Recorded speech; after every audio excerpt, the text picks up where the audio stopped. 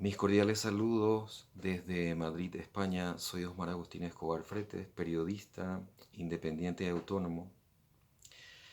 Y agradecer particularmente a la profesora Rosa Isabel Martínez Lillo de la Universidad de Málaga, quien cordialmente me ha invitado para participar de este primer Congreso Internacional de la Lingüística Aplicada en Paraguay. Y hacerle extensiva también a todas las personas y los profesionales de distinta talla que han hecho posible este evento a través de Internet en carácter internacional. Mi intervención nace de una pregunta muy básica que me hace la profesora Rosita y dice: ¿por qué en la prensa paraguaya se escribe eminentemente en lengua castellana y no en guaraní? Y vosotros que sois un país bilingüe. Y para darle una respuesta cierta, hay que circunscribirse a lo que es la historia en la época colonial. Cuando vienen los jesuitas al Paraguay, los religiosos primeramente tienen que aprender la lengua en guaraní, luego crear la escritura y posteriormente enseñarle a los guaraníes.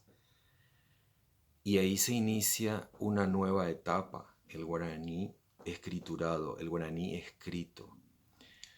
Posteriormente a eso se crea una tercera lengua, porque hablar en Paraguay de que existen o conviven tres lenguas es hablar a ciencia cierta, porque en realidad existe la lengua castellana, el guaraní propiamente hablado y el yopará, que nace y que es de la mezcla del castellano y el guaraní, que es lo que se utiliza en todo el territorio nacional. La enseñanza en serio, digamos, de la lengua guaraní se inicia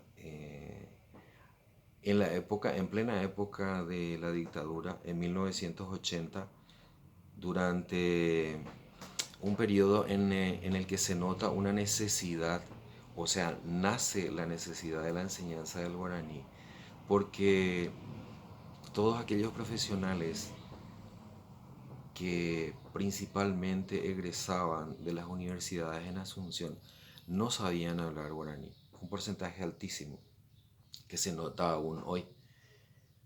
Entonces, ¿qué ocurre? Cuando el profesional paraguayo va al interior del país y sus interlocutores son principalmente guaraní hablantes, se produce un problema de comunicación. El gobierno nota este problema en esa época y a partir de ahí, en 1980, repito, se inicia la enseñanza en los colegios paraguayos de la lengua guaraní. Es decir, a partir de ese momento, el paraguayo empieza a escribir, leer y entender en lengua guaraní.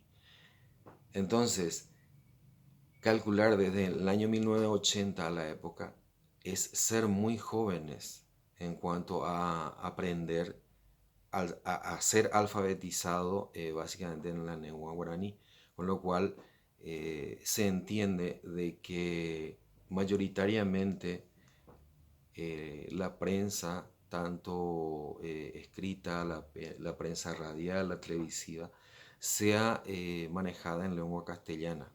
Sin embargo, la incursión de las nuevas tecnologías de Internet y la facilitación a través de estos medios hace que mucha gente pueda aprender rápidamente y fácilmente lengua guaraní, a leer, a escribir y a hablarlo, por supuesto.